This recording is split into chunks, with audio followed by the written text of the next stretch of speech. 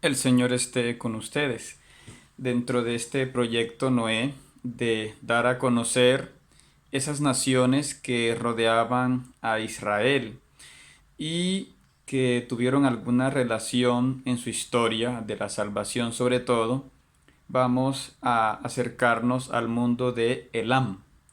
Elam es un mundo que queda en el actual Irán, en esta parte que vemos en este mapa cerca del Golfo Pérsico, en el país que hoy se llama Irán, cerca de la frontera con Irak, pero lo llamativo es qué relación tiene un lugar tan lejano como Elam con Israel, sobre todo teniendo presente que los elamitas nunca llegaron como un reino hasta Israel. Un ejemplo, los babilonios, los asirios, los persas sí llegaron a dominar Israel, pero los elamitas no. Aquí tenemos una representación de cómo los elamitas aparecen en sus relieves. Ellos aparecen morenos, parecidos a los habitantes que hay hoy en día en el sur de Pakistán, los Brahui, y los antiguos habitantes de Mohenjo-Daro y Harappa. La lengua elamita no se parece a ninguna otra lengua vecina y algunos suponen que se parece un poco a la de estos habitantes del río Indo. Eh, Esta región de Elam prácticamente no se conocía sino por la Biblia, hasta que un equipo francés hacia 1884, liderado por Dieulafoy, comenzó a explorar Susa, que era una de las antiguas capitales de Elam. Sin embargo, los textos que hay sobre Elam, la mayoría son sobre guerras, en fin, otras cosas. Hay poco sobre el mundo jurídico y el mundo religioso. Por eso hay algunas cosas que no sabemos de este pueblo. El mundo de Elam es el mundo, aquí lo clasificamos en estas 8 cualidades, es el mundo del elma, dicen ellos en su idioma, del pensar, del considerar. Ellos hablan también de que el hombre debe tener su decir, su hablar, en fin, eh, y decir la verdad. Ellos llaman el siri. Ellos son una cultura del shutur, es el nombre que dan a la ley, a la justicia, al derecho. Se organizaban a través de un rey federal, un sunkir, aunque ellos formaron muchos reinos independientes entre sí y que peleaban incluso entre sí. Ellos tenían Halmenik o gobernadores locales. Ellos tenían el Shera o mandar. Ellos tenían el Tanu o escuchar atentamente, obedecer. Hablaban del Isturraka, lo correcto. Hablaban también de los manadni o tributos. Eran cosas que en sus documentos aparecen como cosas relevantes. A su país, a Elam, lo llamaban el Halmesh y se organizaban, como decía, como sunkimes o reinos. Para ellos la familia tenía fuerte peso, sobre todo la mujer, porque hubo dinastías en las que gobernaba el sobrino, es decir, el hijo de la hermana del rey era el sucesor del rey. Y ellos al pueblo lo consideraban el ejército, ¿no? Eso es lo que pasaba también entre los griegos, que la palabra laos, laico, es lo mismo ejército que pueblo, entre ellos la palabra es tashuip.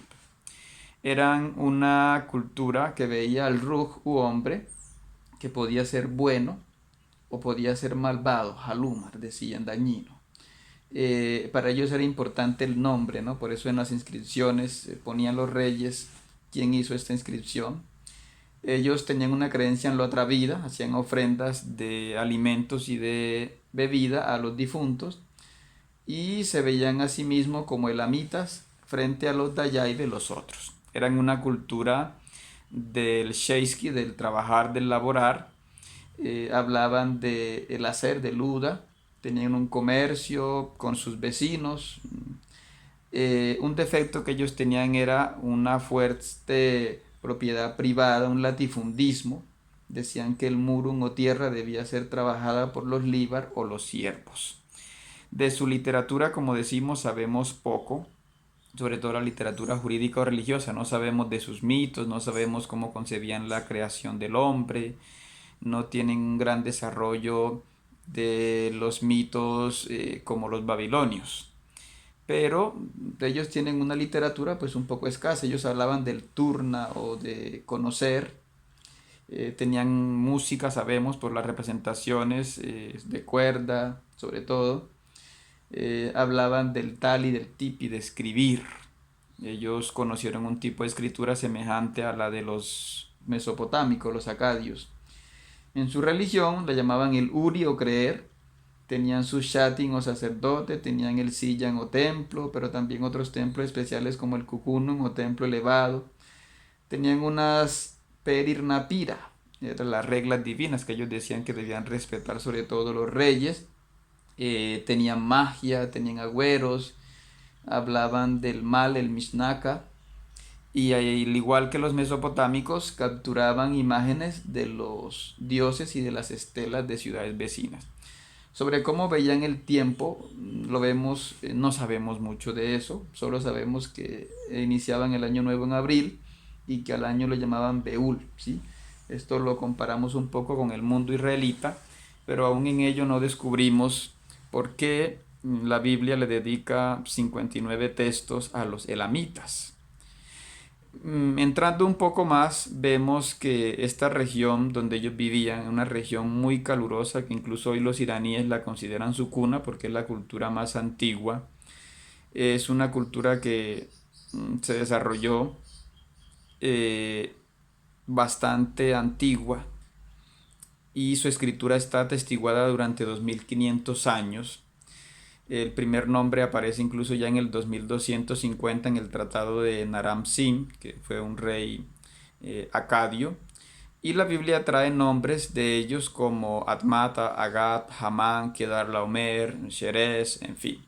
Son nombres. Algo común de los elamitas es que llevaban nombres teóforos, es decir, nombres que llevan una parte del nombre de un dios. Por ejemplo, Upanumbeish, que significa el dios Upan me ha creado.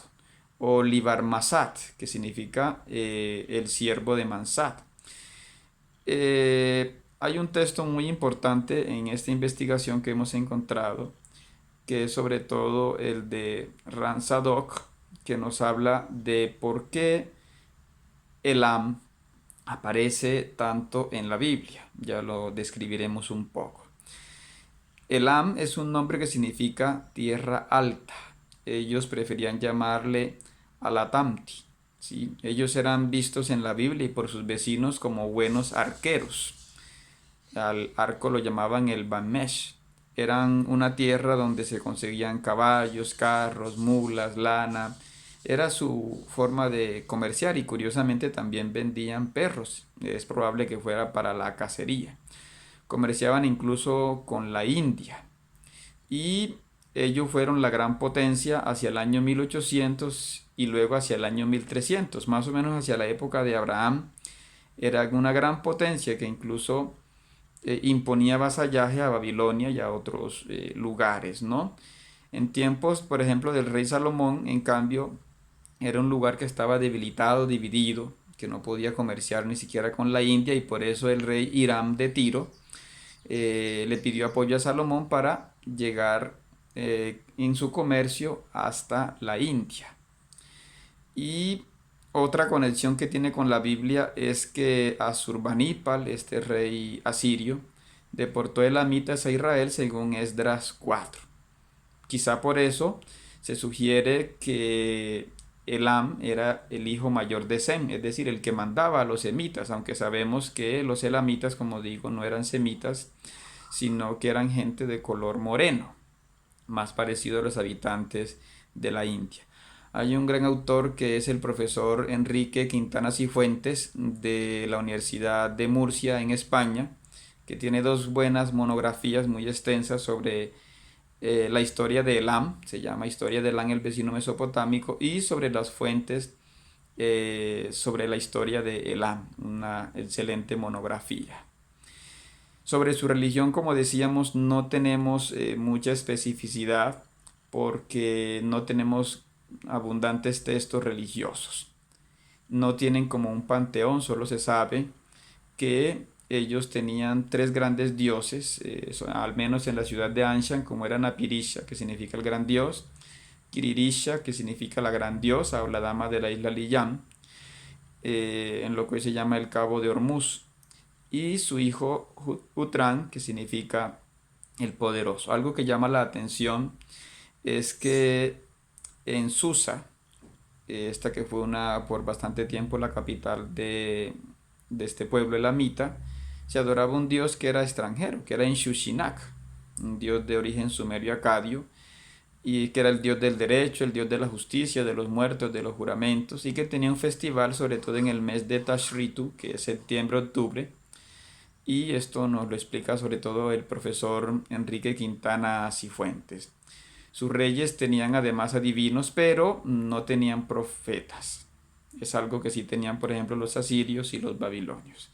En el siguiente video hablaremos entonces de ese pasaje, sobre todo de Génesis 14, donde habla de el encuentro de nuestro padre Abraham con los reyes elamitas, pero veremos la explicación de qué significa eso en la Biblia.